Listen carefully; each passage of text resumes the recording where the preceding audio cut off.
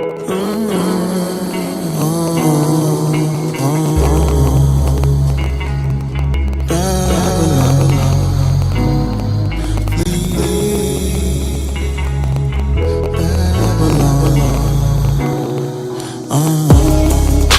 you tell me why it has to be this way? All these lies you told, you left my life astray. And now I'm standing with this life you used in vain. Babylon, you lied to me. Babylon, you lied to me. Come out of my people, I'm talking about Babylon. Like an avalanche, like a bag on the flight. It's time that we carry on. Habitation of devils, homos getting they marry on. Yeah, this place disgusting. Act of America being destroyed. This a judgment, sick and tired of being lied to by her. Yeah, I don't trust them cause they always hit the truth. You raised me believing in the American dream. Counted my people 3/5 less of a human being. I remember all the deaths, never gonna forget all of the times we've been oppressed. Had my people stressed, this world dysfunction at its best. Never gonna rest until we flee Babylon. Whoa, whoa. You lied to me, you lied to me, Babylon. You lied to me, you lied to me. Whoa. This is the Born of Levi experience on G.O.C.C. Media. You lied to me. Hit that like button, brothers and sisters. Can you tell me why it has to be this way? All these lies you told, you left my life astray. And now I'm standing with this life you used in vain. Babylon, you lied to me. Babylon, you lied to me. Before anything came between us, you was like my best friend. I used to club hop on the weekends, thinking I was a heathen. You never seen that's a problem. You gave me a sense of false reality, thinking I could be what you told me, that's all vanity. Fill me up with hopes and schemes, things I couldn't believe. Living life like a dream, you had me look like a fiend. Then the Most High poured His Spirit all over these dry bones. He revived me and said one day I'm taking you all home. And He told me last time was the last time they will ever use me. You don't have to think about the past, you won't have to think about the past. And He told me last time was the last time they will ever use me. Oh. This is the Born of Levi experience on G.O.C.C. Media.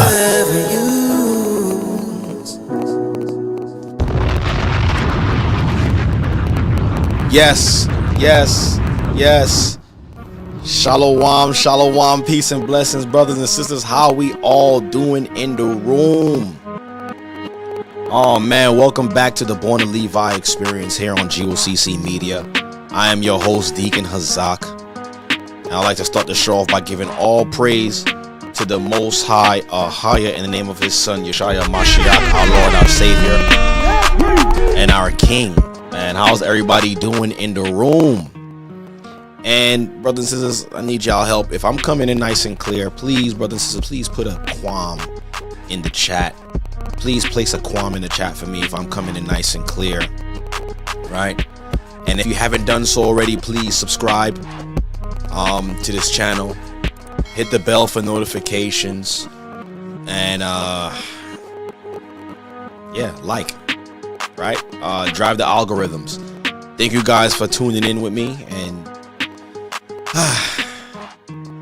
I know I've been telling y'all it's a late start, but listen, we're gonna get right into it. Y'all see the title, man, Surviving America. And I had to play that song, you know, just to set the mood. Babylon, man, we're gonna talk about it. Surviving America. I hope, like I said, I hope you guys are doing well. It's some crazy weather we having over here on the East Coast, man. Today it was like 57 degrees, man. It was like spring almost. The next thing you know, it's gonna be like in the teens. But you know, it is what it is, man. How we all doing? Let me see. Okay, I see the qualms. I'm coming in nice and clear. All right, praise the Most High. Praise the Most High. All right, give me 1 second. Let me see something.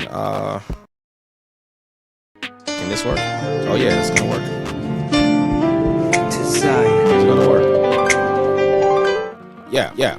All right. New scene, right? So, brothers and sisters, we're gonna get right into the show. Before I do that, I gotta do a couple announcements. I gotta do a couple announcements. But listen, brothers, I need y'all to help me out. And I hope you guys are enrolled in the Hebrew Bible Academy. We'll just get right into it. Yeah, listen, man. You don't want to miss out. If you haven't done so already, please join the Hebrew and Bible Academy, brothers and sisters. The wisdom of the Bible. Listen. The elders definitely dropping this academy. If you missed last week's academy, man, listen. You missed it. Right, Elder went into the promised seed and went into a record that was found, which was actually Abraham's father's record. Speaking about things that was happening, or right before he went into Egypt. Speaking about his father. I don't want to spoil this, but listen, you gotta. I'm echoing. Y'all said I'm echoing. All right, what about now? Is it better? Is it better now? Oh man, this echo is messing up my commercial. Am I good now? Let me know. This echo is messing up my commercial. Oh boy. 1 second. All right, it's better now. Okay. Am I good? All right, it's better. All right, I figured it out. All right, I got started over. All right, this episode is brought to you by the Hebrew and Bible Academy, brothers and sisters. Right, please join the academy. Right, mastering the wisdom of the Bible. Like I just said, we went into the promised seed last week, and it was a great lesson, brothers and sisters. It's not too late to enroll. Go to historytimes.org, man, if you really want to be a part of it. But some of the things that we're going to be learning here, let me just put this out of the way, right? What you can expect in the Hebrew and Bible Academy. Brand new lessons, the identity of Ruth, the Jewish relationship with the tribe of Judah. And listen, we're going to break that down. We gotta figure out what is the relationship between the Jews or the Jewish people, right? And Judah, the tribe of Judah. The 70 angels and their connection to the secret of the times, brothers and sisters. Y'all want to be on point. You want to know what time we are according to the Most High, man. Listen, this is the right lesson for you. The full breakdown of the 24 elders that's written of in the book of Revelations. Listen, you don't want to miss that. Marriage roundtable discussion. Listen, last week myself and the officers, we did our best with the conversation pertaining to trying to find the right mate. But if you want the real in-depth, heart-to-heart, sit-down talk about marriage, you want to join this academy so that way you could be a part of this round table discussion, brothers and sisters. You want to be in the know, so you want to make sure you're in there. And also, we're going to also be talking about walking with the commandments in Christ. So we got to understand how to walk in the commandments and be believers in Christ, right? So there's a difference. It's not really a difference, but it's one and the same. You can't have one without the other, right? So you can have you can't just have Christ without having the commandments, and you can't just have the commandments without having Christ. So in this academy, we're going to be talking about how we can walk in the commandments and walk with Christ at the same time, because we need that balance, brothers and sisters. So like I said, you don't want to miss this academy. And the new segment with Elder Rawchaa and Elder Lawya. They break down real-time news and give it to you right and raw, right? If I could say that, right? And you don't want to miss the Hebrew given by Elder Lawya. So, brothers and sisters,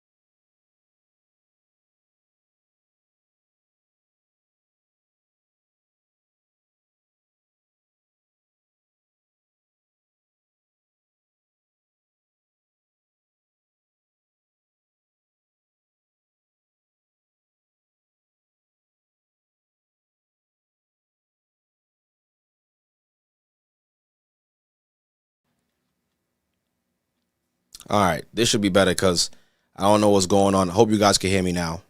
There was no sound before.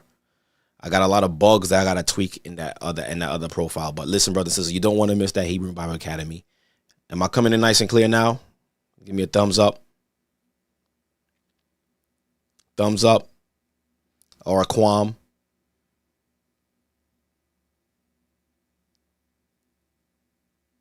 Am I coming in back loud and clear? All right, good. All right, so I'm gonna have to keep it here for this this broadcast. Try to make it, All right.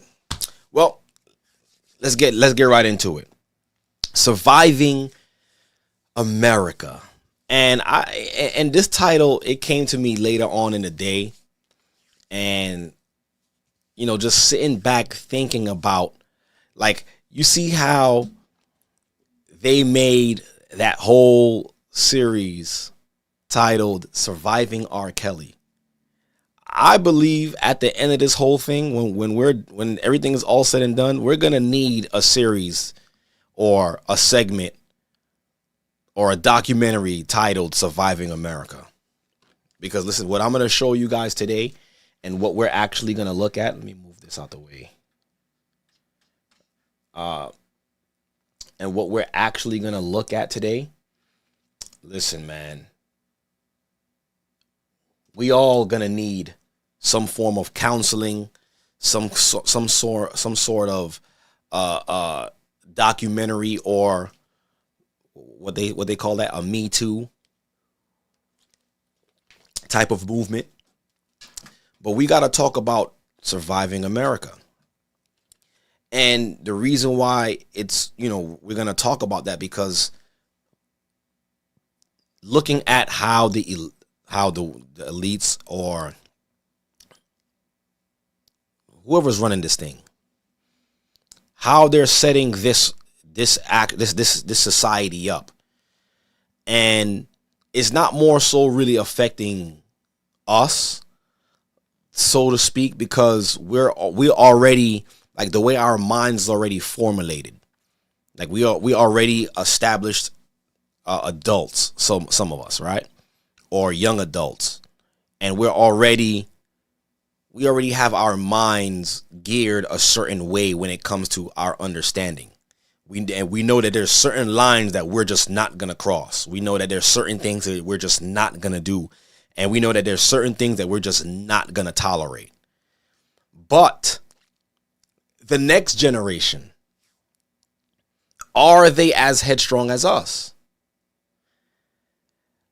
Imagine being born in a world where what's being suggested to you is actually becoming the norm.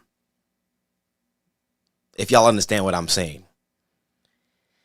Imagine being raised in a world where everything that you see is contrary to reality, or it's everything that you're seeing portrayed on TV, in these movies, in these cartoons, in these books, in your school curriculum, is not what the generation before you was privy to. Now you're born into this society, or into this world, where what's abnormal to us is actually normal to you. Everything that you're experiencing in the world, like I said, imagine if you was born at this time, if you was being raised during this time period. Everything that you're being taught or you're being exposed to, it was not the norm for the generations prior. But you're being raised and you're being brought up in a society where what's supposed to be labeled as abnormal or a dysfunction or a disorder is now widely accepted. It's the norm. This is the way we are. Welcome to the new world. So now, how can the next generation survive this? And I believe that we're just seeing the beginning steps or beginning phases of what's actually to come. Make this bigger so I can see the chat. 1 second. Right?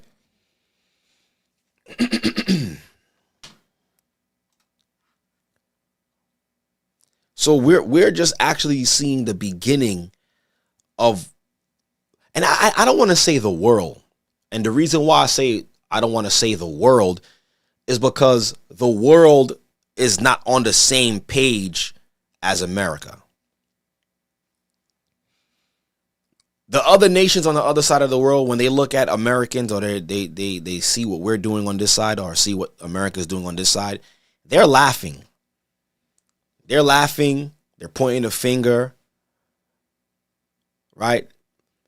We're really the laughing stock, because what's happening here in America, it's not even the majority of the earth is following suit with this. We see it everywhere on media, on TV, but that's the thing about media and TV. It's supposed to give you the perception, or give you the illusion that this is happening everywhere, but it's not really. The majority of the world is participating in what America is pushing, the agenda that America is pushing, the type of society it's trying to create. So I don't want to say the world, because there's a lot of nations out there who does not accept this, what we're seeing right now. But over here in Surviving America, here where we are, we're seeing the shift of how, or the shift of what they're trying to portray, or what they're trying to give the next generation. And we got to talk about what are we doing to help the next generation not fall victim to, what we're seeing out here. Because at the end of the day, we're all victims. We're all victims to what's going on over here, right? And the reason why I say we're all victims is because we're all being force-fed these things. I don't know if y'all agree with me, but we're all being force-fed this stuff. I want to start here. Let me read this real quick. I'm in the book of Jeremiah 51. I want you guys to listen to this. I'm going to set the stage with this scripture. Jeremiah 51:6, it says, "Flee out of the midst of Babylon." Right? And some people would argue, oh, that's past tense. Right? That's ancient Babylon. if we want to be politically correct, where ancient Babylon is or was, if you was to look at the map geographically, where ancient Babylon was is where modern day Iraq is. So just to put that out there. So he says, flee out of the midst of Babylon and deliver every man his soul.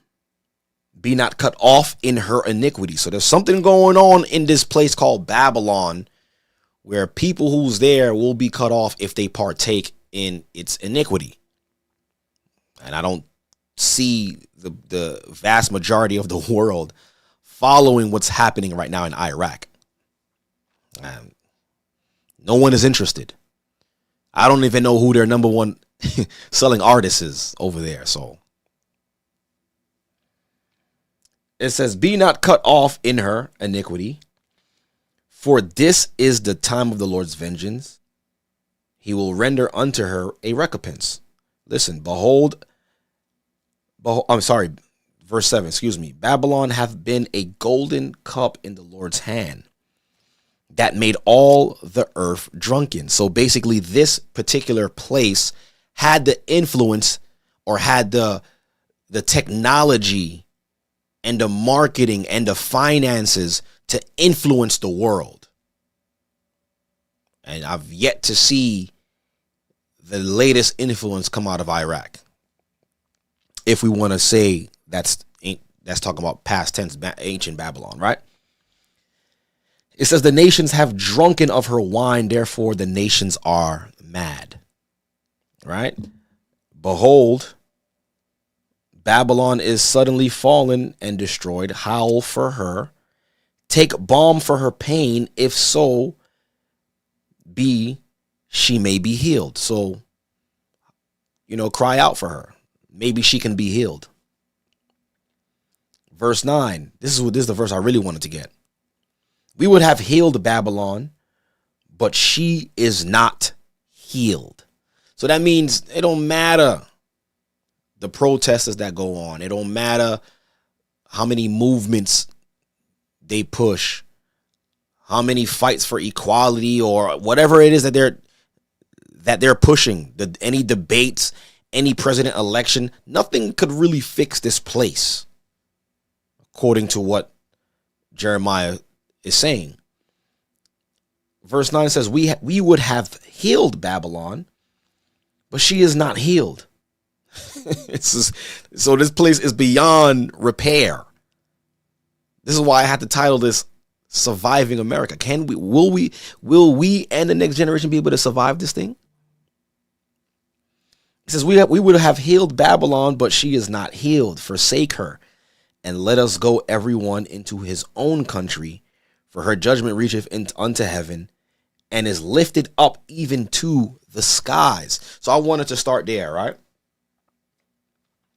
Understanding that this place,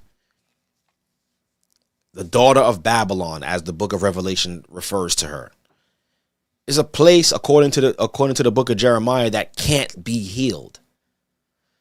So with that understanding, like us who understand the scriptures, we understand that from here, it's just going to be a downward spiral. Like in those cartoons where one of the cartoon characters will take a snowball and roll it up into a little snowball and then just roll that thing down the hill. And what happened?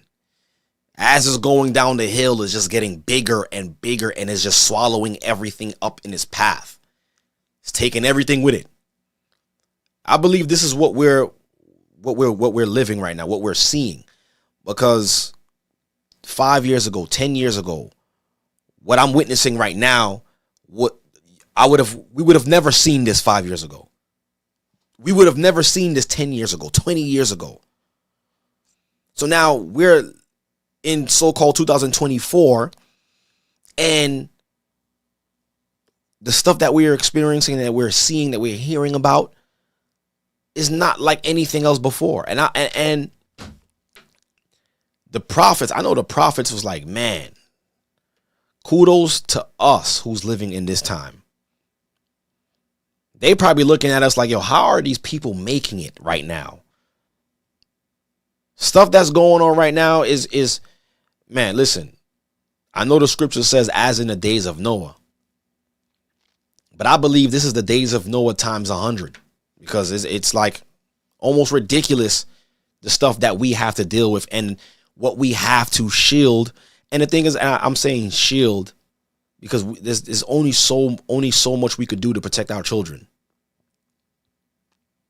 Because what they're portraying is everywhere. What they're showing is everywhere.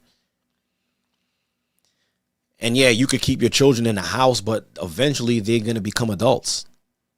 Eventually, they're going to have careers. They're going to have to go to school. They're going to have to go into the workforce. So how can we really shield them from what's actually happening all around us? And this is why I'm asking you. We gonna be the ones to be surviving America. We have to survive this thing, because I'm telling you what's ahead. And what matter of fact, some of the stuff that I'm gonna show y'all, we're gonna talk about it. And it's like, and honestly, I don't even know how some of these things are even a conversation. I don't understand how some of these things are a conversation, but it is. It is a conversation, right? Give me 1 second. I'm gonna play a video. Matter of fact, I'm gonna start with the first video, because this first video is showing how strategic they're targeting the next generation. Oh, let me attempt to fix this the right way. Give me 1 second.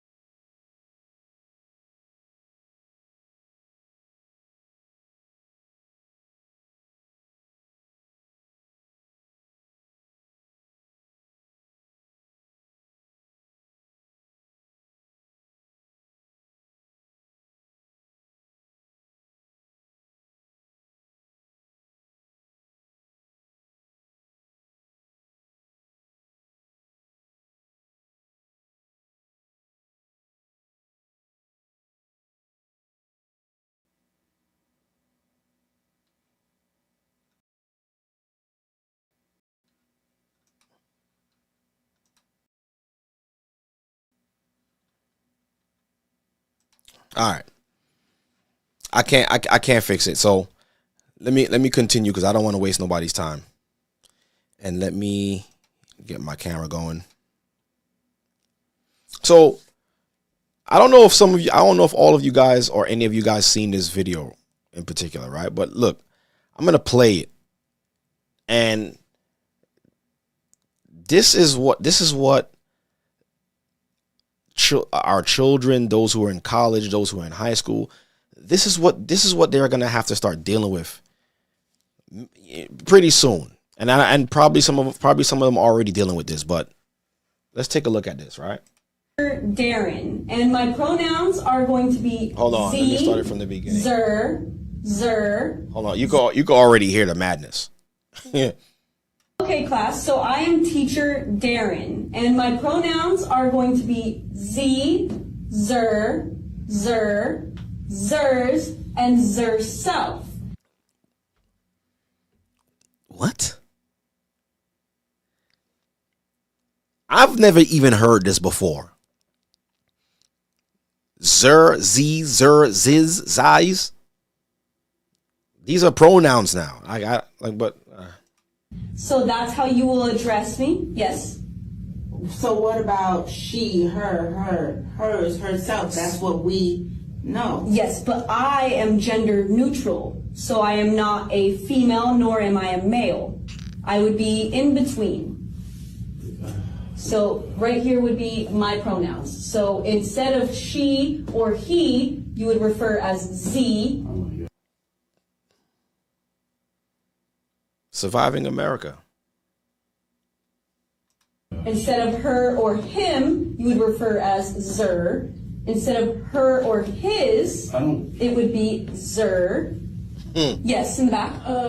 So I'm sorry, I'm confused. Are you Mr. Darren? Miss Darren? No, I am teacher Darren. There would be no Mr. or Mrs. in front of that, just teacher Darren. Wouldn't it be this?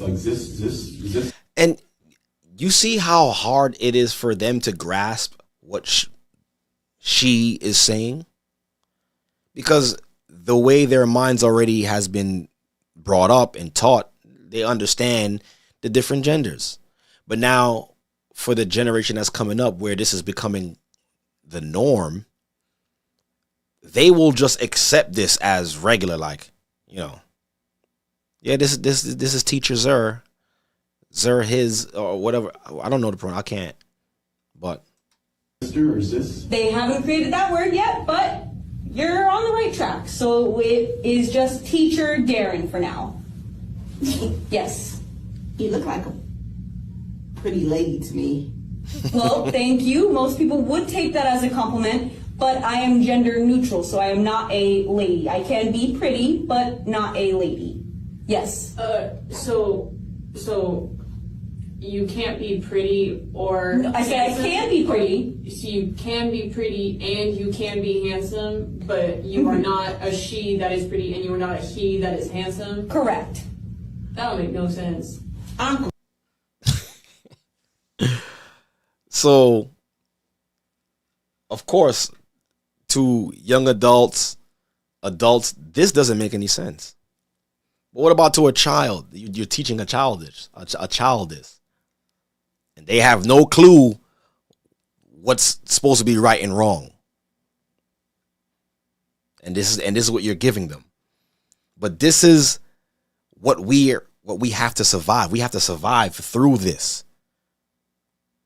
It would be nice to just be, somewhere else where we don't have to be exposed to this, but we have to. The Most High, understand that the Most High has placed us here, right? The Most High did not make a mistake. Like, there's no mistakes while we're here.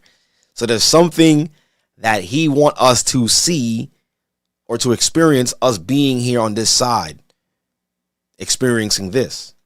Confused. I guess I'm. What are you confused about? I'm confused over the whole thing. Why do we have to learn this? Well, because this is how the world is changing now. So the world progresses. And you see, she said this is how the world is changing, but that's what they want us to believe. I don't believe the world is changing into this. I'm finding that hard to believe. Maybe certain other nations is trying to follow suit, but it's not like a vast majority. But here in America, over here, right? It's spreading like wildfire. And even over here, I don't believe that it's the vast majority. I don't believe it's every state. Like, I would say it's probably like a couple of thousand people. It's not the whole country. I'm telling y'all, it's not. I don't believe it's as big as they are making it to be, but there's a lot of them to make an effect, though. And we progress with the world. Yes, in the back. Can we just call you by what you look like your pronouns are? No, because that would be disrespectful. So my pronouns are Z, Zer, Zers, and Zer self, or you can just call me Teacher Darren. Isn't Yes. it kind of All right. So this person goes through a list of pronouns that they would like their class to call them or to refer to them. And this is what I don't feel is fair, because they're pushing their agenda on us. And I don't think it's right that they're allowed to do, to push that on people. but we're not allowed to speak out against it. Most High asked the question, Most High asked, who will rise up for me against the workers of iniquity? So somebody has to take a stand, and I believe that's the reason why we're here. There has to be an example of righteousness. There has to be. There has to be an example. Someone has to be the voice of reason, because if we leave it up to them, they're the voice of reason. If this person is the voice of reason, then that will become the normality for our children.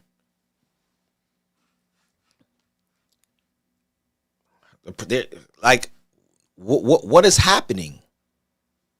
What is happening? Where we live in a time where confusion like this is normal. Confusion is normal.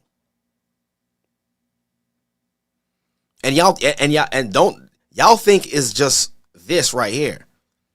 It gets deeper than that. It gets deeper than that. But I'm gonna put a hold on the confusion, because I'm gonna come back to some more confusion.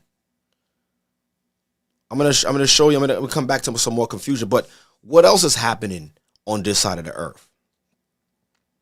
Right now, we're living during a time of inflation, right? Everybody should know what inflation is, right? Supply and demand, because there's not enough supply, right? There's not enough demand for the supply, right? That's what they're saying. It's not enough supply for the people that's demanding. And not just that, there's too much spending going on. So you know what? According to their ideology, let's slow down the population from being able to spend by raising the taxes, or we'll raise the costs on food. So it all starts with taxes first. They gotta raise the tax on everyone. So our manufacturers or these stores, they're being taxed at a crazy rate just to import the food and stuff that we buy that we need. So they have to adjust their prices to be able to pay for the costs of living. And it's affecting everyone. It's not just us. There was a point in time where stuff like this would just affect us. Everybody's being affected. Every race of people is being affected by inflation. Look, let me show y'all this. Everybody's being affected. And, you know, was this the American dream that we were sold growing up? Did we think that this would be the American dream, like we would be living the American dream? I know all you guys who's watching would have never thought in a million years this is the kind of lives that you would be living. A lot of us had our lives already painted out for us. A lot of us thought we was gonna have the big old house with the white picket fence, and right, the good old salary job, and the wife and the 2 kids and the dog running around. But is that really a reality for everybody? Can we even afford that American dream?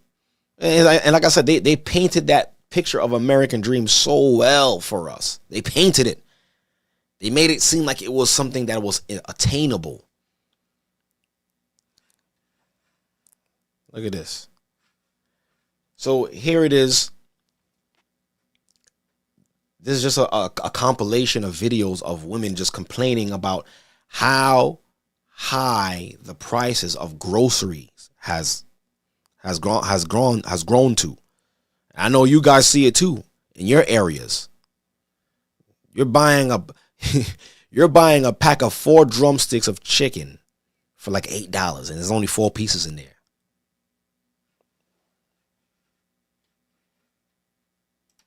Check in on those middle classers, because I'm telling you, I just went to the grocery store. I bought about 5 days worth of breakfast, lunch, and dinner, some fresh produce, maybe a bag of chips and a gallon of juice. And let me tell you, $400. What? Half my check gone. You know, we make too much to get any EBT with any kind of government assistance, anything. I'm telling you, it's a hard life out here. And you see what this is showing as well too. This is also showing that a lot of these, you know, these independent, on their own women that probably make six figures, because she looked like she's well off. I don't know her situation. I don't know if there's a husband or if there's a man in the picture, right? But she looked like she's what the world would call a strong, I wouldn't say black woman, but a strong white woman, right? She's a strong woman, independent woman. I'm going to put it like that. She's a strong, independent woman. And there was a point in time where strong, independent women was able to make it on their own with their salaries. Now it's looking like they can't, like one income is not even enough. So it looks like we're seeing something happening as well too. Every dream that they sold every American is now being chopped at its root. Oh, you want to be an independent, strong woman? Go ahead. You could do that. You don't need him. Get you 2-3 jobs. Matter of fact, we're going to pay you enough so that way you don't need him no more. That dream is now not even a reality anymore for some of these women. Because they're in this, we're all suffering. Especially for those middle class people. So y'all need to check in, because we out here hurting, okay? I don't want to get real political or anything, but you guys got to check out this video. I went to Target yesterday and bought 2 bottles of hair product, a bottle of shampoo, a box of trash bags, and 1 Halloween decoration. $70 on my Target red card. That's with my 5. What was that, like 5 items? Hold on, I gotta hear how much. Let's count how much items that was. Out here hurting, okay? We gotta count to see how much items. Get real political or anything, but you guys got to check out this video. I went to Target yesterday and bought 2 bottles of hair product, a bottle of shampoo, a box of trash bags, and 1 Halloween decoration. $70 on my. Dang, 5 items cost. It was just 5 items, $70. I remember back in the day, $70 would stretch a long way. You used to be able to do a whole grocery shopping with $70. She bought 5 products and paid $70. This is crazy. My Target red card. That's with my 5% discount. My son's looking at the cart and going, "Mom, this was $70. We didn't even get anything." Yeah, I know, kid. And he doesn't even remember a time when you could get a 2-bedroom apartment in a decent area of town for $600 a month. Now a 1-bedroom apartment in a mediocre part of town is $2,000 a month. Gas is $5.49 a gallon. It cost me $65 to fill up my tank. Before COVID, my grocery bill per month was $350. Now it's $600 a month, and I buy the exact same amount of groceries. Wow. This shit is out of control. What does the bourgeoisie think that the outcome of this is going to be? They cannot possibly believe that extracting every last dime out of the working class by inflating all of the prices and paying us poverty wages is a sustainable economic model. And the thing is that I could be mad at the bourgeoisie all day long, but they are doing exactly what is expected. They are greedy sociopaths. This is what they do. I am more mad at Americans because instead of uniting against this common enemy who is robbing us blind, we are fighting over whether or not drag queens can read books to children. I think she got a point there. She do got a point. We be arguing about the stuff that don't even matter, while they're sitting back and watching us fight like crabs in a bucket. They're creating the problem, but instead of us looking at who's creating the problem, we're looking at each other and fighting each other. They're the ones throwing the rock and hiding their hand. And then we looking at each other like, yo, why you threw that at me for? I'm here with you. What you mean I threw that at you?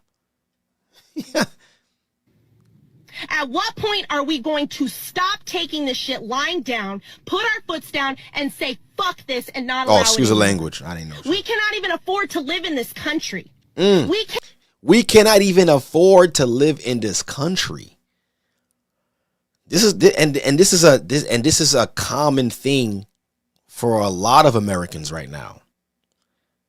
Poverty is at an all-time, and it's crazy because Elder was showing it too yesterday. Right, I'll come back to this video.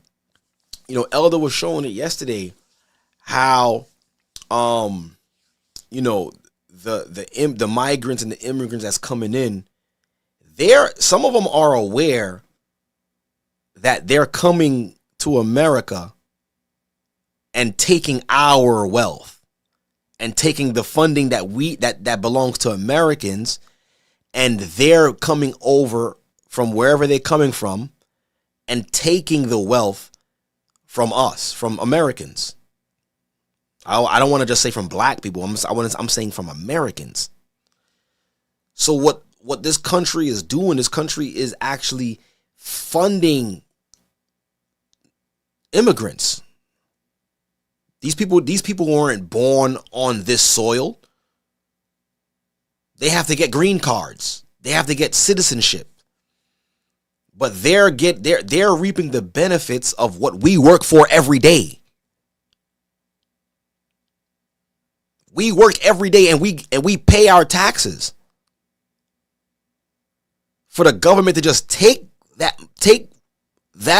those taxes from Americans and give it to people outside of Americans.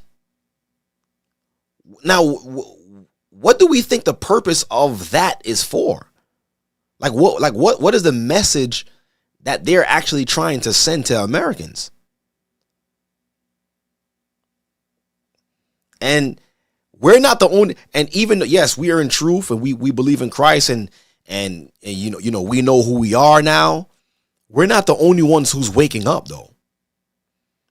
Our form of waking up is waking up to the evils that we've normally accepted. Now we're starting to realize, okay, this is not the norm. This is evil. We're waking up to that. We're waking up to, oh, we've been lied to. I'm not just an African American.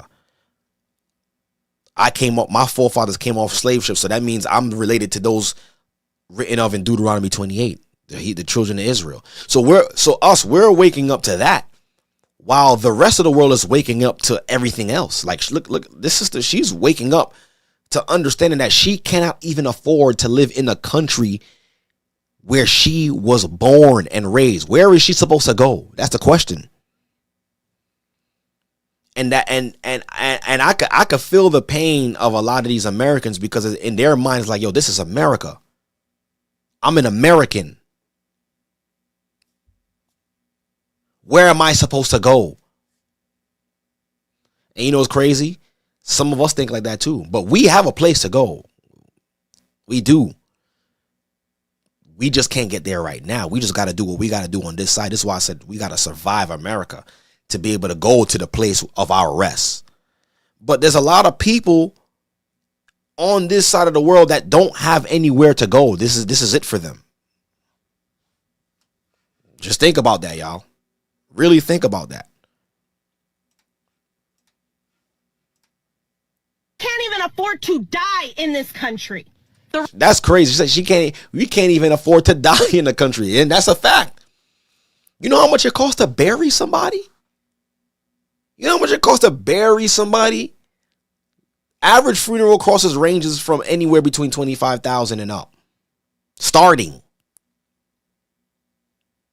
Some people can't even afford to bury their loved ones, and they have to go into sacrificial cremation, pagan sacrifices like that, just to be able to put their family member to rest. That is insane. The Republican Party is bought and paid for by the same greedy sociopaths who are robbing you, me, and our families blind every day. They are manipulating you into believing that they are going to save you from the problems that they created in your life. They have not walked a single inch in your working class shoes. They have no idea the struggle that you and I go through every day in this economy just to feed our families and keep them safe. They are gaslighting you into believing that I am your enemy so that you're distracted while they continue to do their dirt behind your back because they know that if you knew what they were doing, you wouldn't vote for them anymore. Why are you listening to them? The Democratic Party, with the exception of a very small few, is filled with weak and spineless politicians who placate to everyone just so that they can get reelected because they want to maintain some semblance of power in Congress. Why are you placing all of your faith and hope in this party to save us? Your religious leaders are funded by the same corporate sponsors who have bought your politicians. And they are weaponizing your faith against you so that you are distracted by a made-up enemy, your gay neighbor or your liberal coworker, so that you are not paying attention to the extreme financial crimes that they are committing against all of us right under your nose. In the richest country in the world, 500,000 people are homeless when there are more. That is insane. Supposedly, this is the richest country in the world. It's got 500,000 people homeless. I believe those numbers towers more than that. I feel like saying 500,000, that's just being generous. I believe those numbers is well over the millions. More than enough homes to house them, and millions of children are hungry or food insecure, having their one free meal taken away from them at school. 10-year-olds are being forced to bear the child of their rapist. People are rationing their insulin and dying because they cannot afford health care. Listen, and it's gonna be people like them who are more so likely listen to us. Because we somewhat have the answers. We understand what's going on. We could go into the scriptures and make sense of what she's talking about. You see, she has the understanding. She has the knowledge of what's going on financially, but she doesn't have the knowledge and the understanding of what's going on or why is it happening spiritually. So, listen, we're all waking. Everybody around us is waking up. We're all in the same thing because why? We all have the same common enemy. And it's not you or me. You're not my enemy because of the color of your skin. That's the first thing. You're not my enemy because of the color of your skin. And you're also not my enemy because of the sin that you choose to take on. Repent from that sin and then let's talk. And speaking of religious leaders, I seen this video earlier today. I think I have to play it. Let me find it. It's getting crazy when it comes to some of these religions, man. Some of these people in mainstream religion. Let me see did I save it? Okay, I did save it. Oh. And like that sister was saying, she said your same religious leaders are being paid off by the same. What she said, your religious leaders are being paid by the same people who's paying your politicians. Because it's all a sham. You going into some of these churches, what are you actually taking home with you? What are you actually learning? And this is the reason why this generation that's coming up under us, they're almost like a godless generation. There's really like no faith in them because there's really no real instilling of God in them. Because when they go to church, this is what they're seeing. Hold on, let me play this. Let me play this video. This is ridiculous. Let me go back. Hold on. Let me play this. Because this is ridiculous. This is ridiculous. This is the reason why there's no truth in there. Look at this video. This is on Instagram. I'm gonna try to enlarge it as best as I can. Let's look at this.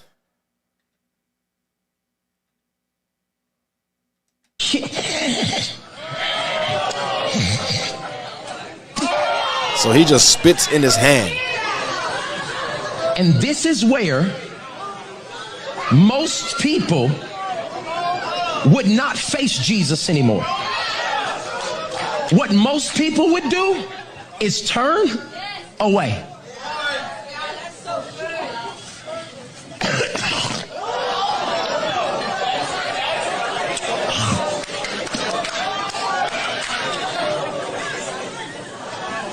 Receiving vision from God might get nasty.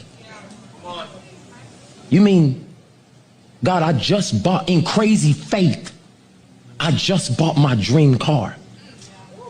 And now you're going to ask me to sell it back and ride in the hoopty again? Yeah, because the vision I'm about to give you. Look at this. Look at this madness.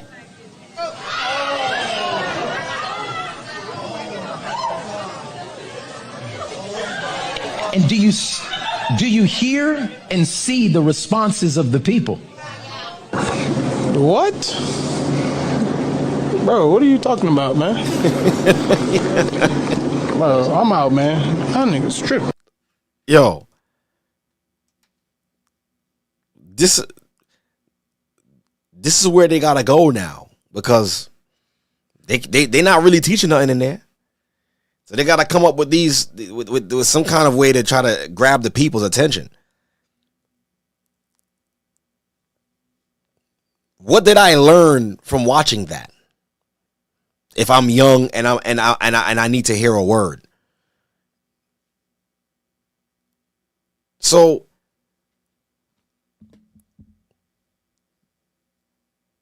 we got to survive this thing. Listen. If anybody ever does that to you, you in the wrong church.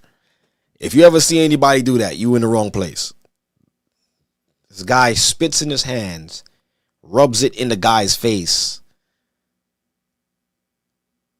Like, I'm still trying to understand the message behind that, but I don't even.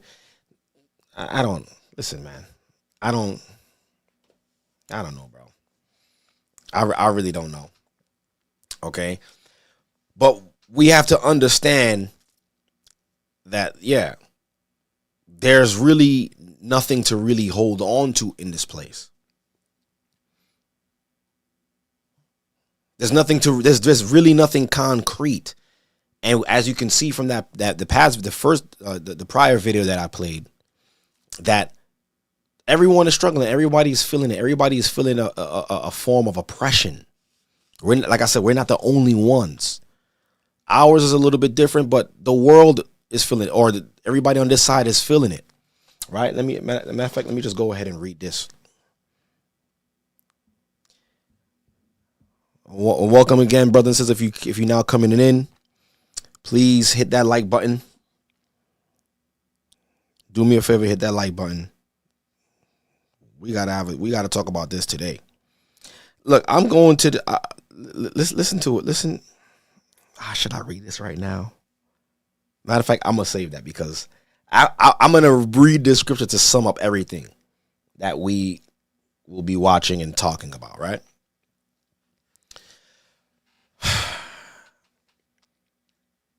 Let me play this. I just want to go through these videos because it's... Okay, here it goes. I'm about to play this next video. And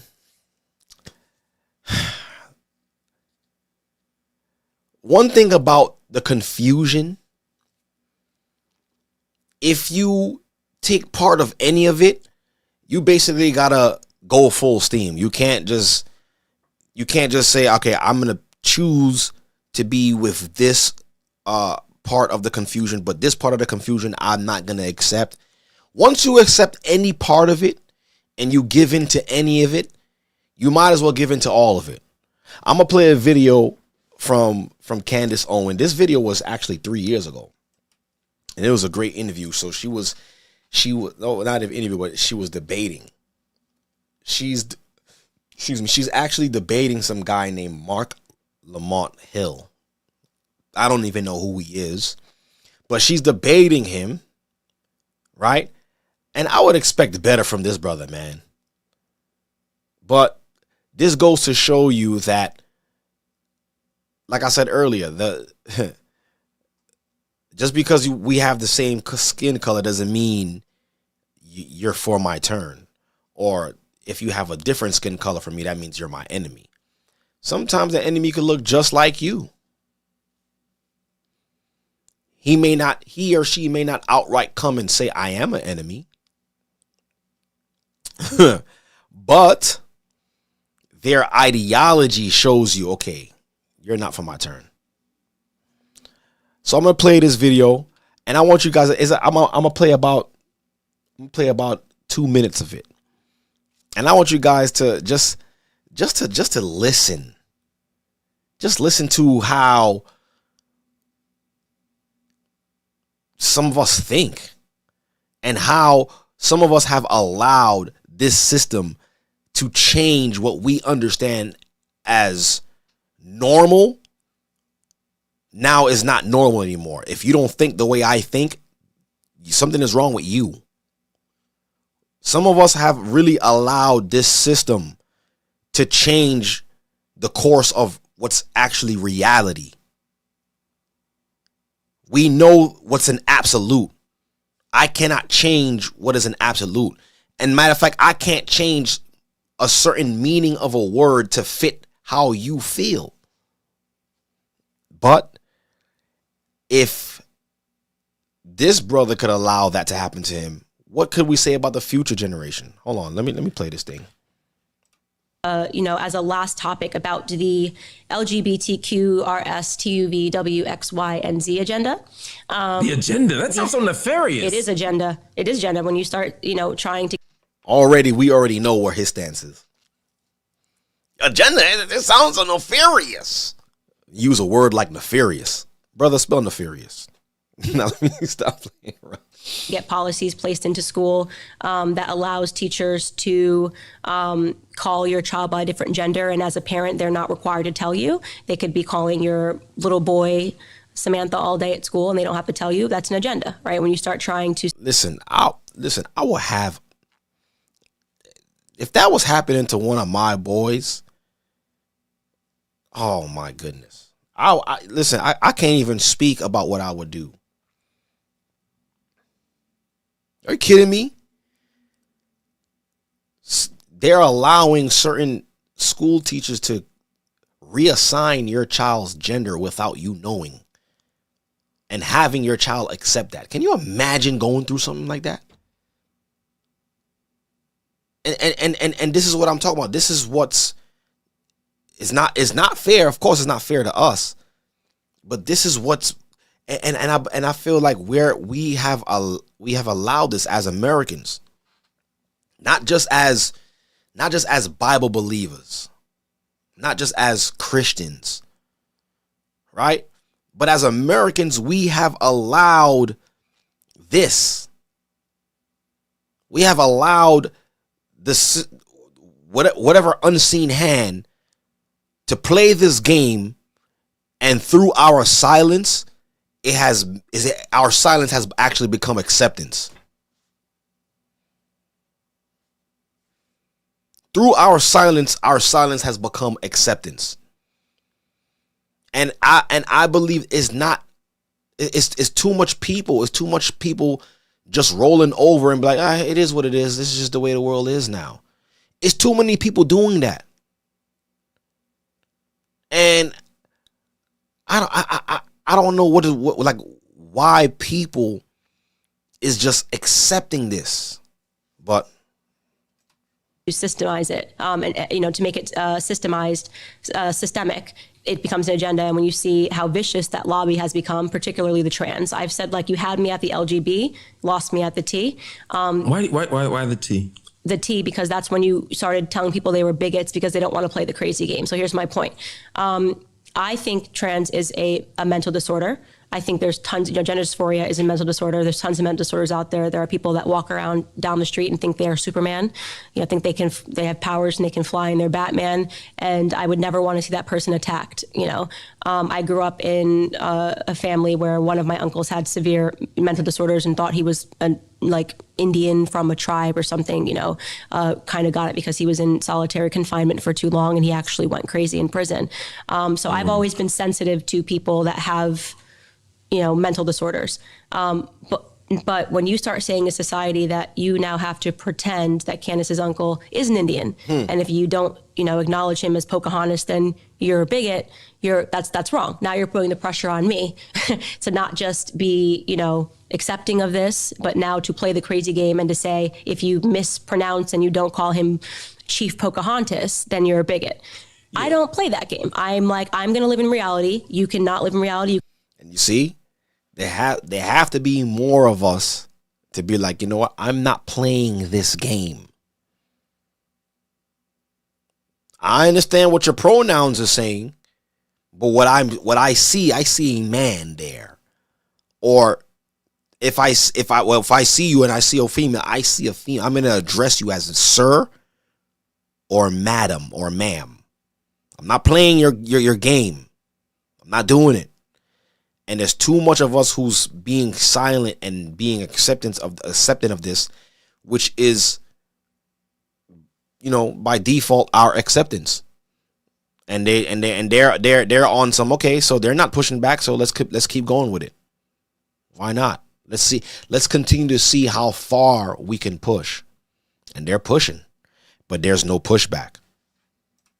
You can say how you feel. You can say what you think you see. You can say that you think that, we're on Mars right now, but I'm not going to pretend that I see Mars because it makes you more comfortable. So I would, obviously I disagree. And what's interesting is there are people, you say you're with the L and the G and the B.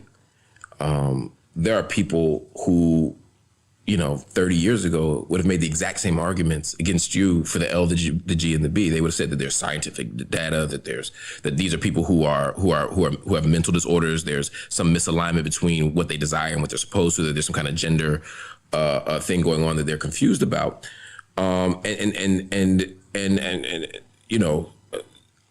think that Cat got his tongue right now because, while I was watching this, I was trying to figure out, are you being paid? Because there's no way he could tell me that he believes wholeheartedly what he's saying. But, for argument's sake, is a debate. You have to pick a side. So, okay. We have to do a few things. For me, I think the easy part, and this is the part I think you and I agree on, is that we have to accept, and we should accept people as they present themselves in the world, right? Like if someone says if I told you my pronouns were she, her, you would address me as she and her, right? No, I wouldn't. Thank you. Really? No, I would call you Mark. Okay, but you wouldn't call me he. No, because I would call you Mark, if that was something that made you comfortable, but if I saw you... And if I said my name was Jane, would you then call me Jane? If that was your legal name, yes. But you'd only call me by my legal name? Yeah, I call you by your legal name. I don't have an issue with that, but I'm not going to pretend, I'm not going to change what, these established pronouns for male and female because you say, I'm Mark and here I am presenting... What do you... So I really want to ask you... Look at this guy. He's really making an argument for this. He's really trying to make an argument, but... I'm genuinely curious about this. But first, let me just say, I think that, one, this isn't a case of someone thinking there's something that they're not. What people are saying is that there is a misalignment between my sex and my gender. But disorder. That's the point. My mind and my body don't match. That's a disorder. That doesn't... So if your mind and your body don't match, it is what it is. It's a disorder. Why can't people accept that?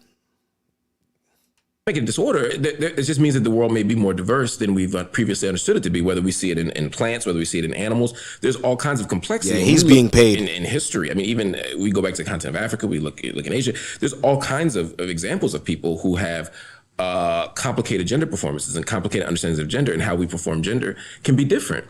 But I guess my question for you would be, why, if someone identifies as, particularly someone who you engage with, say it's a colleague at work or whomever, a family member, whomever, if they say, look, I prefer to be called she and her, and I no longer want to be identified by this name, why not just honor that? If you changed your name, I will honor it. But why not? I mean, I'm sure you call people by nicknames, dog. I'm sure there's. And what he's doing is he's just conflating name for gender, and that's not what she's saying. I will call you by your name, but I'm not gonna reassign your gender.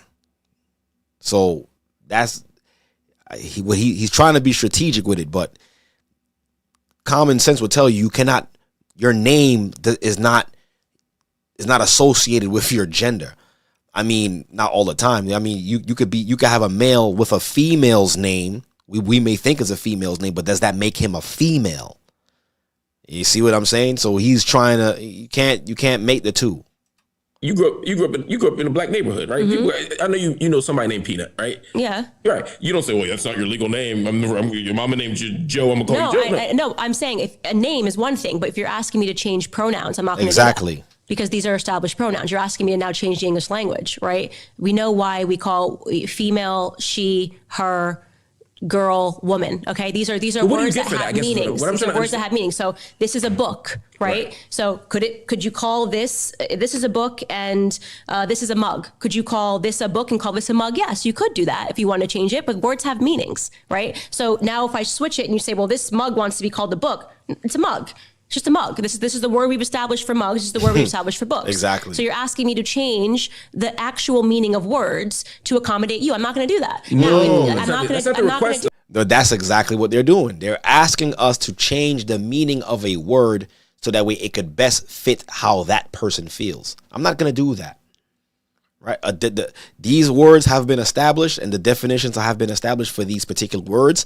So we're going to use these words to define this particular person, place, or thing. That's how we got to do it. And I don't know, for the people who claim to be so educated, how they allowed this to seep into education. I don't get it. I'm talking about these people that's highly revered as doctors and PhDs and all this. They've allowed stuff like this to happen because why? We look at them as some type of authority when it comes to education, but they're out of their minds. Yeah, it is, because not only is it a request, you can now get in trouble in certain states that's not for misgendering someone. The request of the trans community is not that I'm actually a man, but I want you to pretend I'm a woman. The argument of the trans community, which I agree with, is no, I am a woman. And so he said, I agree with. Okay. I want you to revert me. But you're not a woman. So that's the problem. So this is what I say is now you've asked me to take on your mental disorder, right? So I am okay with the fact, the argument from my uncle who and that's how we got to start putting it. Don't ask me, or don't try to get me to play along with your disorder. Like, that's your disorder. That's not mine. Right? If that's what you believe, that's what you believe, but you cannot put that on me. You cannot get me to accept you're crazy. If you're crazy, fine, that's you. But don't get me to accept it and be like, yeah, he's just crazy. I'm just going to play along with it. No, I'm not. Thinks he's a, Native American from a certain tribe, is that this is what he thinks. He thinks, but he's not. Okay, so I'm not, then to say to me that argument is valid because he thinks it. No, just because you think something doesn't make it real. Okay, but that's exactly what gender is. Gender is exactly about an experience and a performance and a social construct. It's not a social construct. Stop saying a social construct. To say that words don't have meaning and they're socially constructed means nothing. And I'll tell you why. They are. But you say that, but then This wasn't always a book. Okay, this so could be called mug. So then you know what it is? Our entire discussion about Black America meant nothing. There's no such thing as racial injustice. You see what I did there?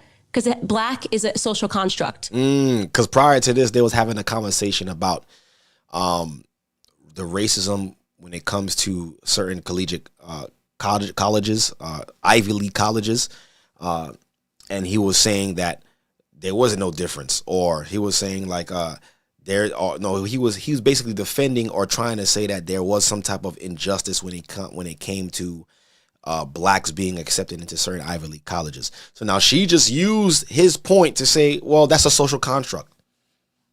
There's no such thing as racial injustice. It's all in your mind.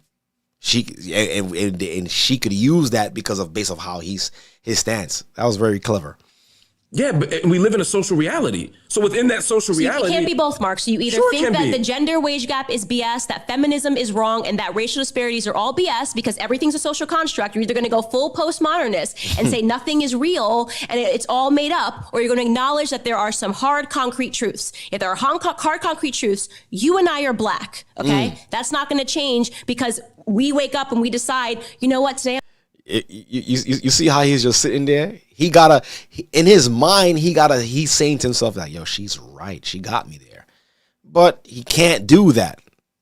I'm white and it's just how I feel, and today I'm Chinese. No. You and I are black, okay? We are can't change that. Black people. We're sitting down as black people. I am a woman. You are a man, okay? Can't change that. If I want to wake up tomorrow and say I'm a man, you want to say you're a woman and we want to play the crazy game, we can do that. To then say all of society now is to pretend that it was all a social, no, it was a social contract. You were born a male. I was born a female. Yes, that's a sex. We are black. Okay, it's a color though. Black it's a word that we use to say a sex. Female is a word that we use that has a meaning. Yes, it means you are born with a vagina. You can have children. You have a uterus. When you are a male, you are born with a penis. You get a woman pregnant. These words have real meanings. We cannot suddenly get into society with. And we can't change those meanings. But somehow they have this world has, or we have allowed them to say, yeah, you don't need that to have a kid. But there are no truths. So to acknowledge a social construct does not mean that we ignore biology, and it doesn't mean that we don't have. Can men get pregnant? Depends. You see, and this is when I said he's full blown crazy. Just look at his face let's just look at his face for a little bit. This does not look like a person. Okay, it doesn't look, he doesn't look like someone who's all the way there right now. She asked him a question, can a man get pregnant? His response was, it depends. Yo, brothers and sisters, this is what the next generation has to survive. They have to survive past people like this who will look them dead in the face and say, yeah, a man can have a child. Like, what? And they're speaking to you with a straight face. And because they really believe that. That's yo. I know. What does it depend on? I know trans men that can get pregnant. That means it's a woman. Only one sex can get pregnant. That's a circular argument. It's not a circular argument. Yeah. It's proving my thing. There is a truth, a concrete truth. You have to be born with a uterus to have a baby. Only women can get pregnant. The fact that we've arrived in a society right, that's the part I'm disagreeing with. That's the part I'm disagreeing with. Nothing to disagree. How can you disagree with that? I just don't understand. How could he disagree with it? It just doesn't make it is not making sense to me. How can you disagree with a concrete truth? Women are born with uteruses. Males create semen. Those are concrete, scientific, backed by science proofs. Now he's disagreeing with what science says is true. Agree with it. These are facts. So you can say that this person who is pregnant identifies as a man. That person was born a woman. I can tell you that every single time because only women can have sex because there are concrete truths about life. Have babies. Can have babies, pardon. And that is a hard truth about life. You cannot make that go away because you want to call somebody who has a beard and dresses like a dude a woman. Only if it's pregnant, I can tell you exactly what it is. It's a woman. So I'll give you, let's go back to the social construct thing. All right, I'm done with this, brother, because there's no comeback for him. As he tries to figure his thoughts, you could tell his brain is just like in a fog.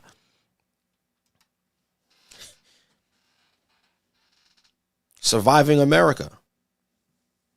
This is what we have to survive. Matter of fact, yo,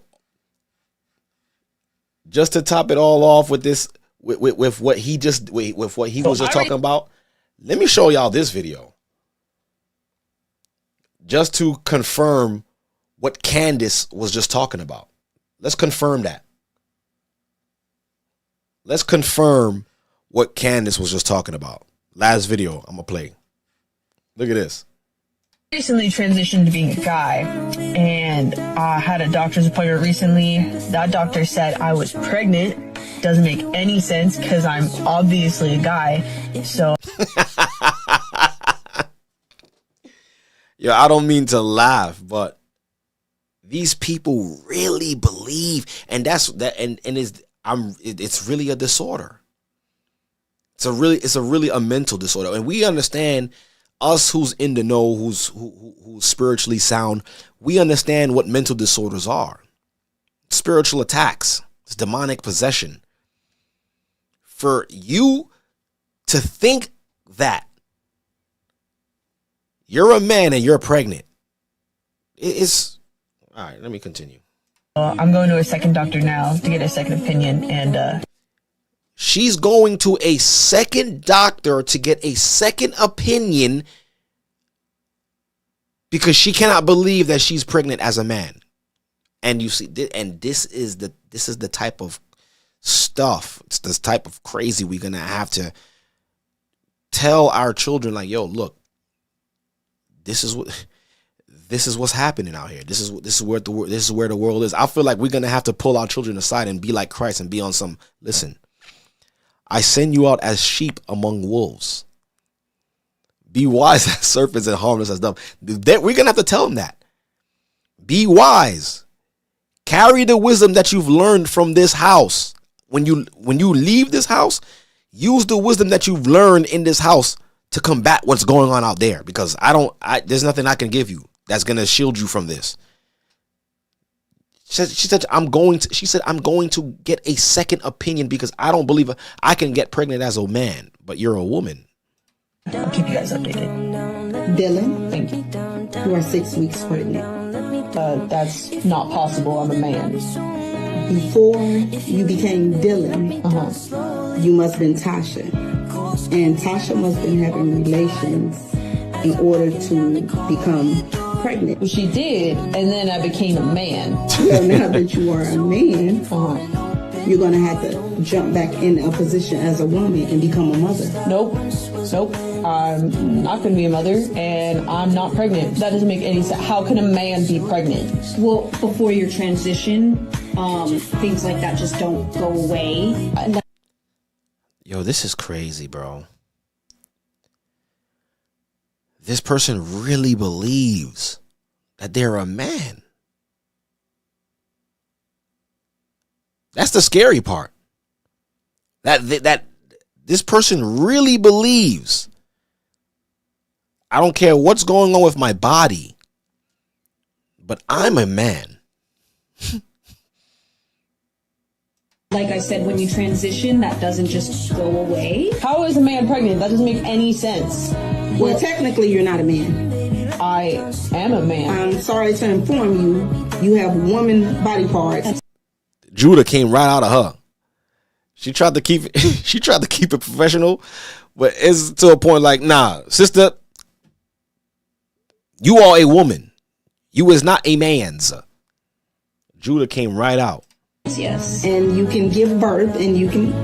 How dare you? Where is your bedside manner? I tried to have bedside manners, and I tried to tell you as a doctor that we have been going over the charts, and the chart states that you are 6 weeks pregnant. How would I look walking around as a pregnant man? Do you know the ridicule I would face? Go back over to Tasha then. So I recently... Yo, this is crazy.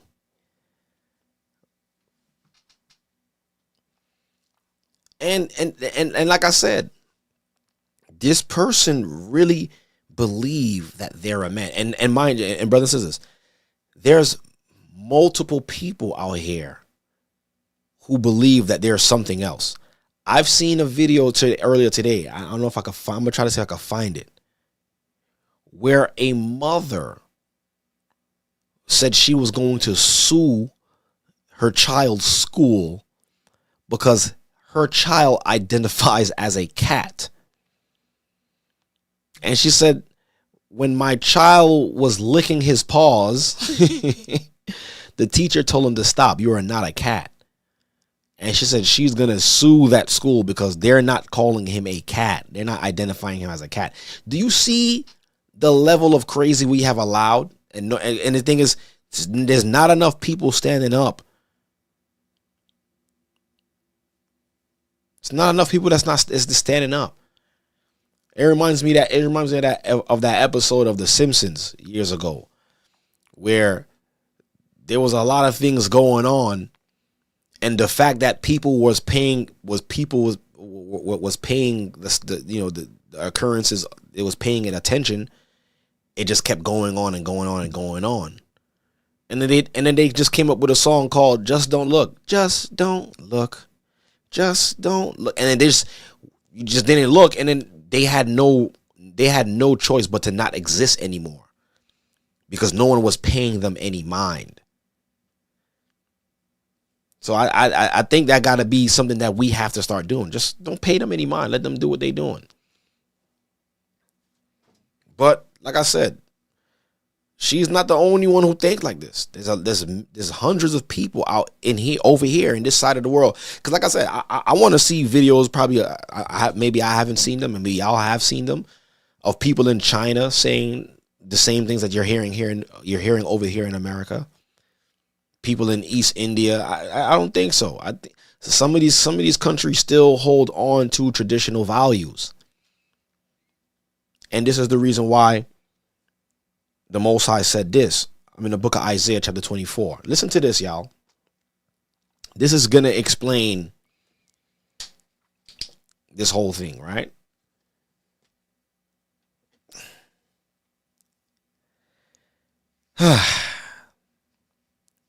Isaiah 24:1.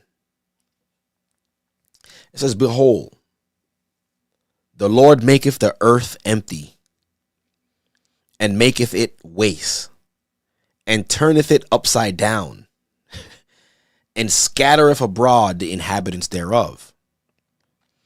And it shall be as with the people, so with the priests, as with the servant, so with his master, as with the maid, so with her mistress, as with the buyer, so with the seller, as with the lender, so with the borrower, as with the taker of usury, so with the giver of usury to him." So the Most High is saying this is going to happen to everyone. Everyone is going to see it. No matter rich or poor, small or free or bond, small or great. As it happens to this person, it's going to happen to you. You're going to see it. It's going to be evident. Verse 3 says, "The land shall be utterly emptied and utterly spoiled, for the Lord have spoken this word. The earth mourneth and fadeth away. The world languisheth and fadeth away. The hardy people of the earth do languish. The earth also is defiled under the inhabitants thereof." You see that? So the earth is being defiled. It's not that the earth is defiled. It's the people of the earth that's defiling the earth. I'm gonna read that again. It says the earth also is defiled under the inhabitants thereof, because they have transgressed. One second. Because they have transgressed the laws, changed the ordinance, broken the everlasting covenant. You see, they changed the ordinance. They changed what we understand as normal to, or what we understand as abnormal, or what we knew was abnormal. They changed it to being normal. It's abnormal for someone to think that there's something that they're not. That's a disorder. Verse 6.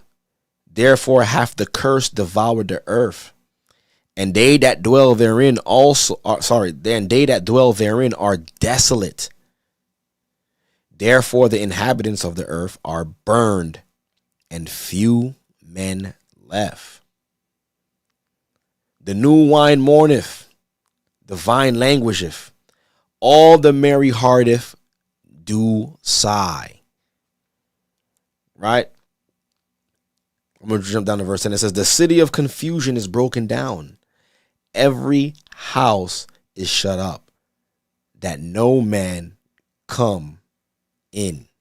So eventually, doth save the Most High, he's going to have to bring correction. He's going to have to turn this whole thing back upside down. Because the way they are trying to establish this earth, this is not what he intended for this earth to be. And the Most High is just up there looking at what's going on.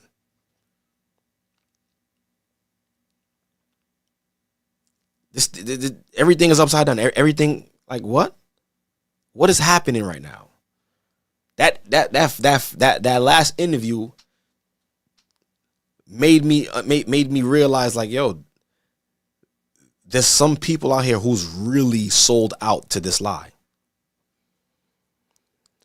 And these are the people, mind you, that will be governing, teaching, influencing the next generation. These are the people that are going to be the voice of reason. If we don't say nothing, if we don't say nothing, if we don't speak out, if we don't bring correction, these people will be the ones to lead the next generation. Well, maybe here on this side of the earth. And this is why we have a very important job to do. We are tasked, the Most High has tasked us with doing something with our children and with the next generation. Let me read this real quick. I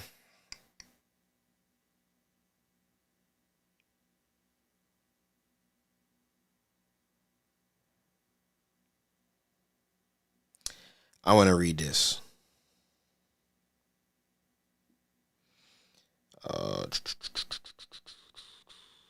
I want to read two scriptures. I'm in the book of Deuteronomy, right? I'm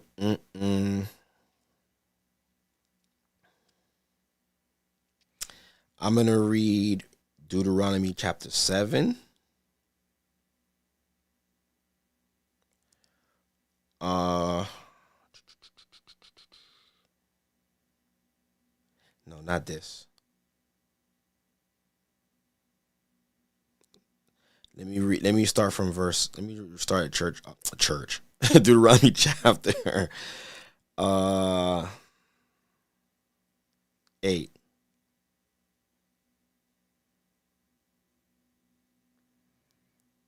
I'm gonna start here. There was something that I wanted to read in particular, but let me start here. Deuteronomy 8. Let me start at verse 1. It says, all the commandments which I command thee this day shall ye observe to do, that ye may live and multiply, and go in and possess the land which the Lord sweareth unto thy fathers, or unto your fathers. And thou shalt remember all the way which the Lord thy God led thee these 40 years in the wilderness, to humble thee and to prove thee, to know what was in thine heart, whether thou wouldst keep his commandment or no.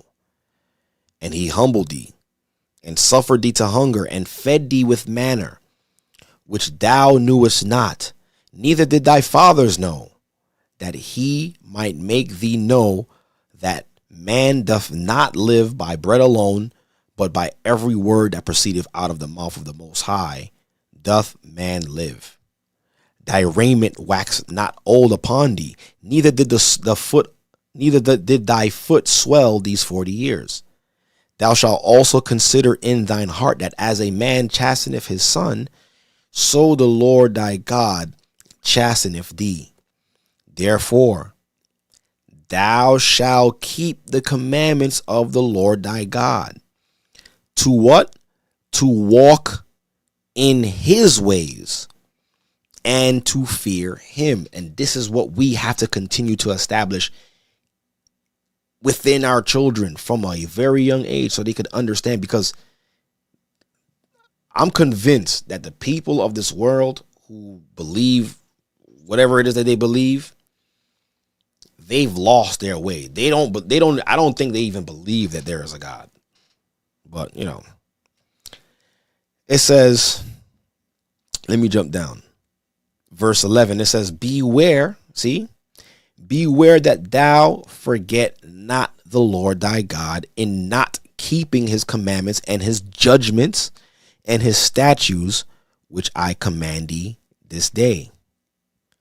Right? So this is something that we have to also instill into our children.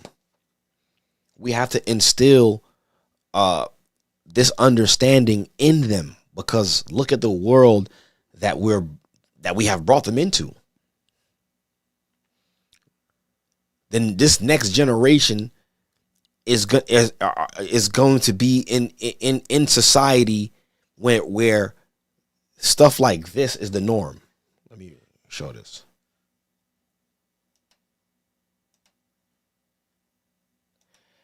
The next generation is going to be brought up where this is the norm. Going to be Z, Zer. Okay, class, so I am teacher Darren, and my pronouns are going to be Z, Zer, Zer, Zers, and Zerself. The next generation, this is going to be the normality for the next generation. And they're going to have to contend against this. They're going to have to contend against that. How are we equipping them to be able to operate in this kind of world? And I believe that it's going to get to a point where the Most High is going to have to be like, you know what? You and your children, y'all not going to have to worry about this. This place called Babylon.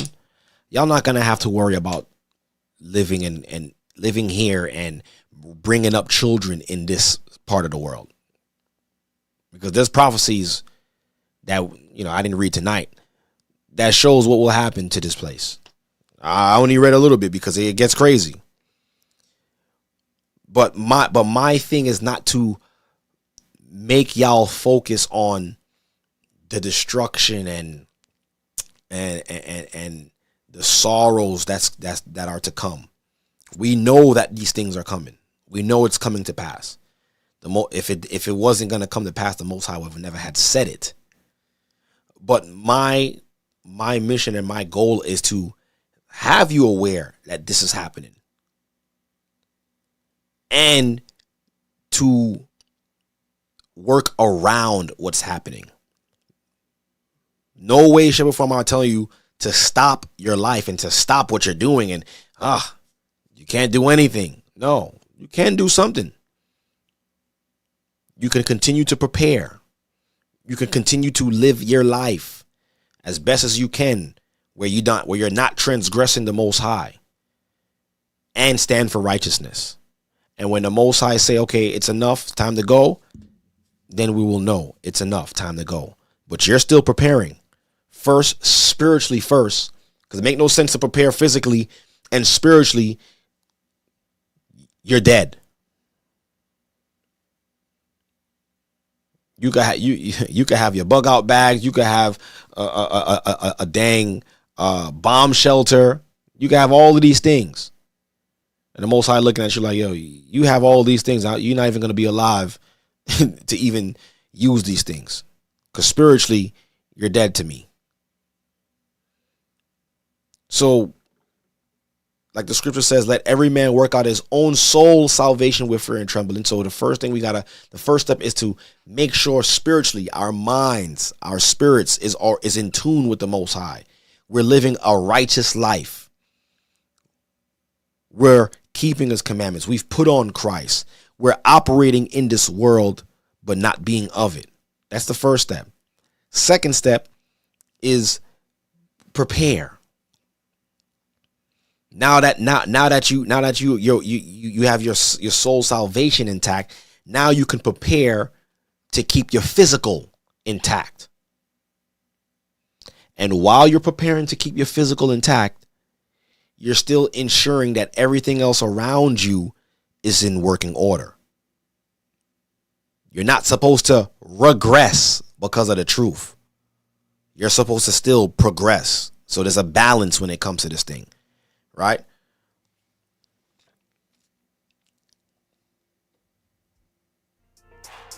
So that's the question, man.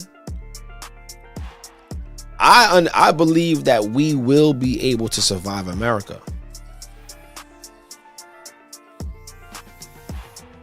And if we try hard enough, the next generation will too. So thank you, brothers and sisters, for coming in and watching this broadcast and tuning in. Thank you all for hitting that like button. Oh man, such a great broadcast, man. I'm so happy that we was able to get it done. You know, I do apologize for all of the technical difficulties in the beginning. I gotta fix those kinks, because I'm trying to fix up the presentation of the stream or the broadcast and make it look more presentable. But you know, what's most important is that the message was received and you guys were able to learn something and not just sit here and listen to me, but really start taking the steps on how we can combat what we're seeing all around us. And I'm pretty sure a lot of us, a lot of you are doing what it takes to survive America. Hence why you are watching this broadcast. You guys already made that decision a long time ago. But we have to continue to work. This is going to be an everyday thing, because the people, we just seen some of the people that are out there working against what we already know and what we believe. Right? 1 second. Right, we already know, we already see what these people are what they're bringing, what they believe, how headstrong they believe what they believe in. It's a strong delusion, and the Most High did say that this would come on this earth. Right. What I'm gonna do, I didn't get to set up the Zoom. What time is it? It's 10:25. Right. I'll go to the comment section real quick. If there's any questions, I'll answer it briefly. I'll answer it real quick. And what I want to do as well too, one of these shows, I'll just throw up the Zoom and I'll just have y'all come in with y'all video and we'll sit down. We'll just have a conversation. We'll talk. Right. One of these Thursdays, I'm gonna do that. Right. And I hope you guys enjoyed last week's broadcast, man. I know it was a powerful broadcast with this month's installment of Young Men for Christ. I hope you guys really enjoyed that broadcast. And trust me, there's gonna be much more conversations to come. It's just the beginning, y'all. I'm telling y'all. And I didn't want to spoil it either. I was supposed to have another conversation today. Matter of fact, I'm not gonna spoil it. I'll most likely do it next week. And this conversation is going to be a very eye-opening one. And hopefully we'll be able to come to some type of understanding. That's as much as I could say concerning that kind of that conversation that we'll be having next week. If it be the Most High will, I'll try to set it up. But yeah, you know, I really hope that, you know, you guys are being blessed by these conversations, and, you know, yeah, man. But let me go to the comment section. Let's see what's going on here. And once again, shalom, peace and blessings, brothers and sisters. I thank you all for coming in and for streaming and understanding that this conversation is being had. Let me see. Let's go to the comment section. Any questions real quick? You know, and I find it that people usually like to leave questions in the comment section. I guess it's easier than just calling in. So, you know, some people might be shy, might not want to hear their own voice. So Sharon Brown says that's why we have to stay on top of our children daily, Khan, all of the time, like our parents did for us, Khan. Even more so because now, you know, they're privy to technology. They have technology where they have the technology that we didn't have growing up. Everything that we seen was actually from TV. Now, forget the TV. They have everything on the internet, YouTube, TikTok, all of these things, right? Let's see.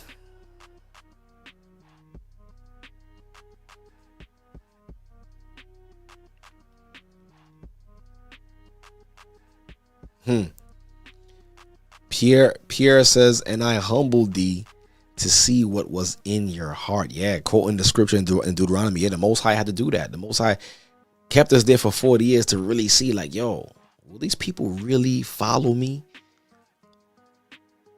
Will they, even through the tough times, even through the, and we got to take that as an example for ourselves too. The Most High be looking at us right now like, yo, let me see what this sister is going to do. Let me see what this brother is going to do. I'm going to put you through a little situation. I'm going to let you, you know what I'm saying? I'm going to put you through a little rough situation. Let me see if you're going to fold or if you're going to continue to call on me. And sometimes some of us be folding, can't fold.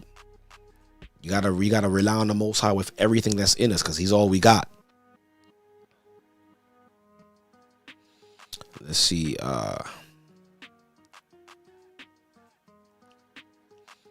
Faith 777 says you may want to consider homeschooling. I don't know if I don't know if that was to me.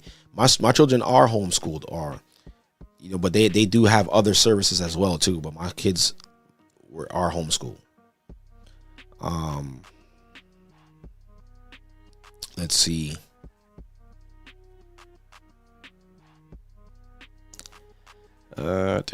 Maybe I scrolled back too far.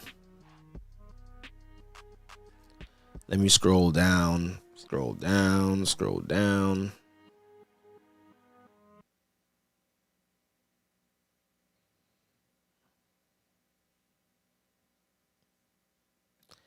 Okay, Jordan says, hold on.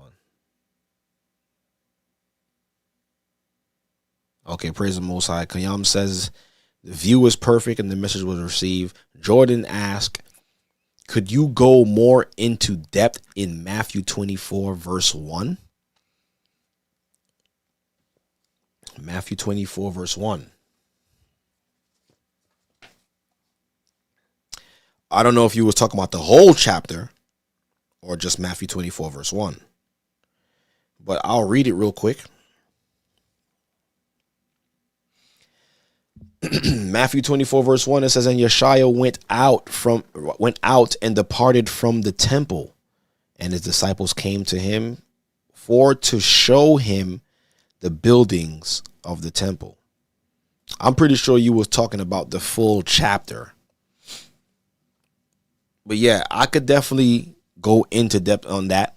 Probably not tonight, but I could definitely go into that. But the gist of Matthew 24, nah, I just meant what we had read. What I just read just now? Oh no! Oh, you meant in Isaiah. Oh, okay. Isaiah chapter 24. Because I'm like Isaiah 24, Matthew 24. Yeah, I could definitely go into depth on that. Probably in another broadcast or another time. But basically, in Isaiah 24 is talking about the judgment that's gonna come upon the whole earth. That's what Isaiah 24 is speaking about, and it's especially what's supposed to happen here on this side, in Babylon, right? Like we read earlier in another good read too. If you want to read up on prophecies of Babylon, read Jeremiah 50, 51, 50, 51, and 52. You can read those and you can read those, and you'll get some understanding of that too. Matthew 24 and 12, Deacon, can you read that? Con. Matthew 24 and 12, real quick.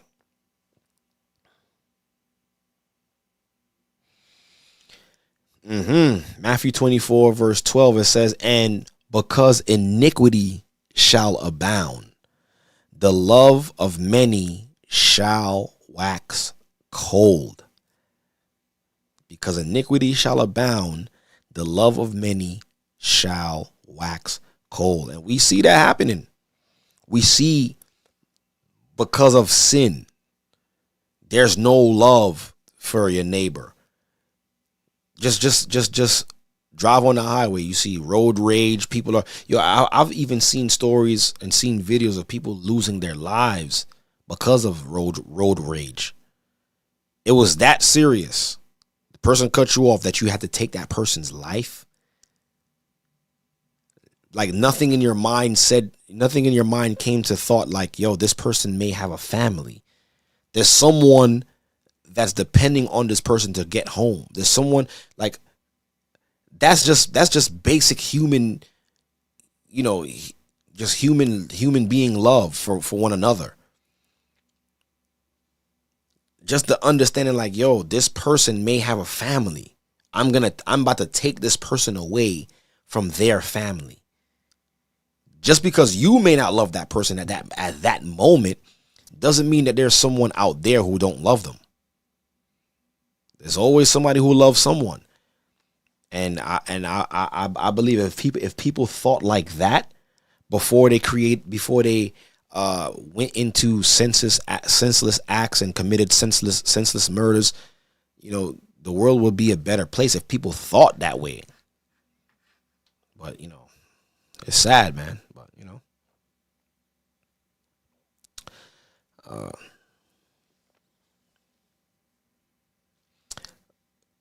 Zaya says, great lesson tonight.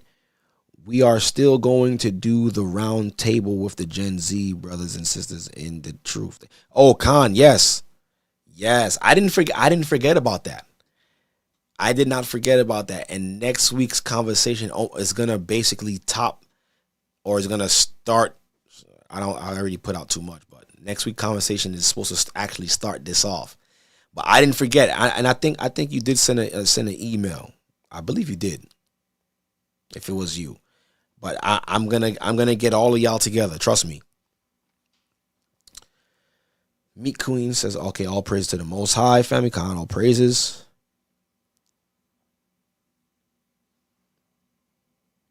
Oh my goodness.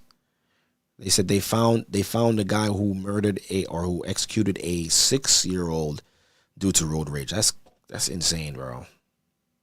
He was found guilty. All right. That's good. Well, I guess there's no real questions, but I did not forget about that roundtable discussion with the Gen Z, and oh man, you just brought that back to my mind. I didn't forget about it though. And I want to make it really nice though. But when it's time to do it, I'm gonna put it together. I'm gonna reach out to those who's gonna be a part of that. and it's gonna be a nice project. I can't wait for that. And listen, I'm excited about all the other projects that's coming along. Most High willing, probably this year too. You know, everything that we're doing it for our people. So listen, man, we the people, man. We the kingdom. We the children. We all of that. We the kingdom. You know, first and foremost.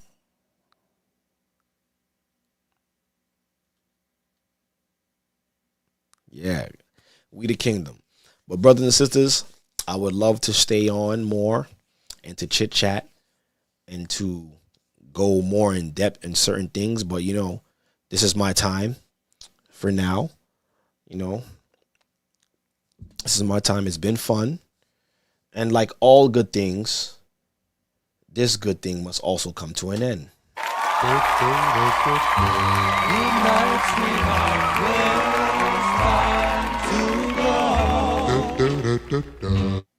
Right? You could be anywhere in the world, but you're now tuned into the Born of Levi experience. Yes, brothers and sisters, once again, thank you guys for coming in and to enjoy this broadcast with me. The Shabbat is upon us, right? If you're gonna be gathering with your local body, please leave all the malice, all the hate, everything at the door. Don't bring that into the Shabbat. Don't bring that into the Most High's holy Sabbath. Leave everything at the door. All right. Don't bring that into the Shabbat. Come to fellowship with your brothers and sisters, to break bread with your brothers and sisters, right? And to come together joyfully, sing praises, right? Some of us sit down and plan for certain things, right? But leave all the malice, all the hate, all the back and forth. Leave that at the door. Don't bring that to the Shabbat. And allow the Most High to use you to help someone else. Matter of fact.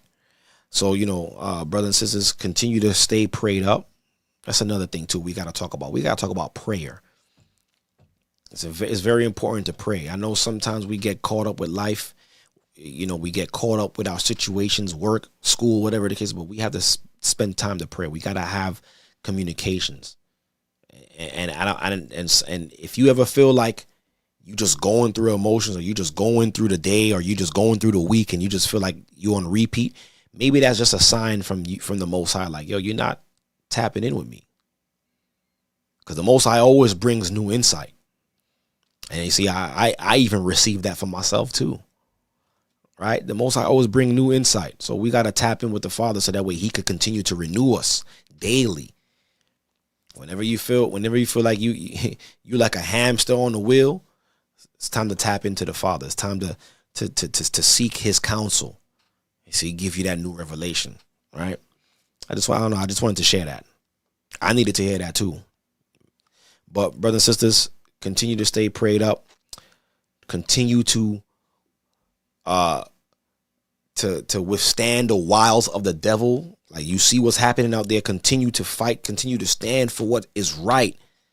Don't give up. Don't fold. Don't give up, y'all. I'm telling y'all, do not give up. Every day is going to be a battle. We got to win this thing. We got to be competitive. You got to win this thing. Gird up. You could do it. I believe in you. Trust me, I believe in you. The same way you probably believe in me, I believe in you too. We got to believe in each other so that way we could fight this good fight, man. The Father he's looking at us. He's watching us. And our angels, they're fighting with us. So don't ever feel like you in this by yourself. You're not. Continue to pray for each other. All right, brothers and sisters. So that's all I got to say. Love y'all. Most High willing, I'll see y'all next week. And thank you again for tuning in. All praises be to the Most High, Ahaya, Bashim Yeshaya, Rawchaa. I'm Deacon Hazak, and I'm out of here. Shalom.